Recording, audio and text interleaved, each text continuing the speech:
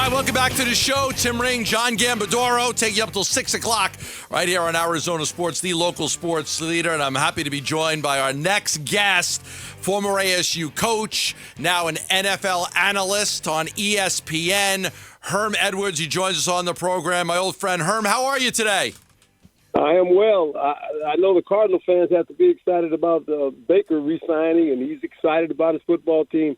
That's good. You don't want to lose a guy like that. That guy is a special football player. Well, he is a special player, isn't he? I mean, and we're going to talk about the Pac-12 in a second, but here's a guy, came out of Washington, got to the NFL, and one of those true leaders, right? One of those guys that everybody follows because he leads the right way. There's no doubt. Sets the tempo for your defense. He's all about the team. Just love watching him play football. I want to talk about I watched you on TV just a short time ago talking about Sean Payton. I want to get to that. But as a guy who played in the Pac-8, played at Cal when there was USC, UCLA, Washington State, Oregon State, and Stanford, and then recently coached in the conference, what's your thoughts on what is happening with USC, UCLA leaving, and now Colorado leaving for the Big 12? What's the future of this program look like for you? Well, I think that the Pac-8 will find a way to add more teams. They've lost some outstanding football teams, but they'll add some teams. You know, look, these presidents and these ADs, they're well aware of what they need to do. The problem for them a little bit is the TV contract. You know, that's what generates all this money now for all these universities. And you can see probably here at the end there'll probably be 5 big conferences. Anywhere from I don't know how many teams, 14 teams, however it takes. Notre Dame is one of those guys. Everybody wants Notre Dame to join the conference. Notre Dame said, no, we're independent. We're okay. So it's interesting to watch this thing unfold. How different is it? You know, you coached against USC and UCLA and Colorado here. How different would it be for the conference losing 2 powerhouse programs like that in USC and UCLA? Well, it's always tough because you're talking about programs that have been in the original Pac-8 when you talk about USC and UCLA. I mean, that's the conference that I played in. The Pac-8, Colorado was in the conference they went back to, right? So there's been some movement there. You lose those 2 big-time programs, but here again, you know, they'll find a way. I mean, you got smart people that run the Pac-12, a lot of great presidents, a lot of great ADs. They'll find a way to get some more teams or join a conference. I mean, who knows? No one knows right now. But hopefully they can get a TV contract done, a nice deal where more teams will want to be added to the Pac-12. Yeah, Herm, a lot of great presidents and a lot of great ADs, but I think a lot of people are wondering about the previous commissioner and the current commissioner in the conference. And I'm sure you've heard there's a lot of talk that the University of Arizona may follow Colorado, people wondering about the future of ASU. Now that you're no longer an employee of the conference, what are your thoughts on the last 2 commissioners and how much they're to kind of blame for the conference being in such peril right now? And make no mistake, they are in peril. There's a lot of uncertainty, Herm. Well, there's uncertainty, and look, I'm not that guy. You're asking the wrong guy when you start talking, pointing the finger. There's a lot of people that make decisions besides the commissioners. I mean, they're led by the presidents and the AD. So I just think at the end they'll find a way to make this conference better, regardless of how it works out. It's unsettling right now for a lot of people because you're losing these teams. And everybody's wondering what's going on. They'll find a way to make it work. You got to trust that, and I'll just leave it at that.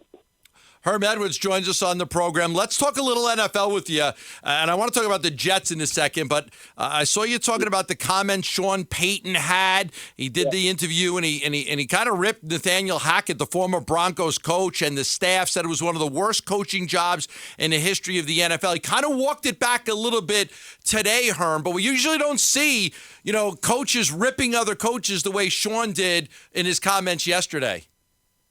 Well, I think, he came back today and kind of he cleaned it up, obviously. And Sean is he's a guy that's been in the league a long time. And there's this code of ethics, I think, among all coaches at any level. They're not just in pro football, at any level, college, high school. You don't need to go down that road because it does you no good, to be quite honest. It's not worthy of it to even talk about that. You're always going to replace somebody. And that's what happens to most coaches. They replace somebody else. And I think going forward, you're just trying to build your program, talk about your program, don't talk about the people that just left there. That doesn't do you any good. Can you imagine if you would do that, the players, call them out like that? Yeah, you wouldn't have a job. You wouldn't have a job for long. You wouldn't have any players. I mean, come on, guys. You wouldn't have any players. So you just got to look at it like that. Look, Sean came up. He cleaned it up today.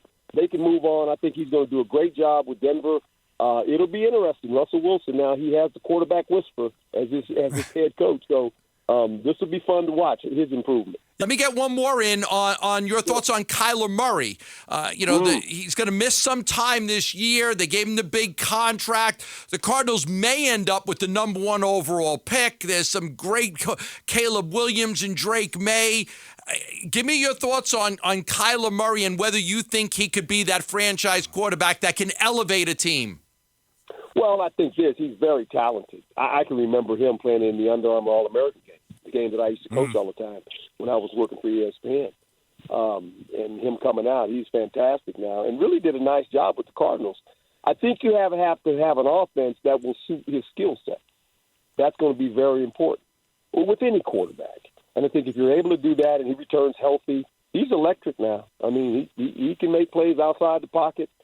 He's got a good arm, strong arm.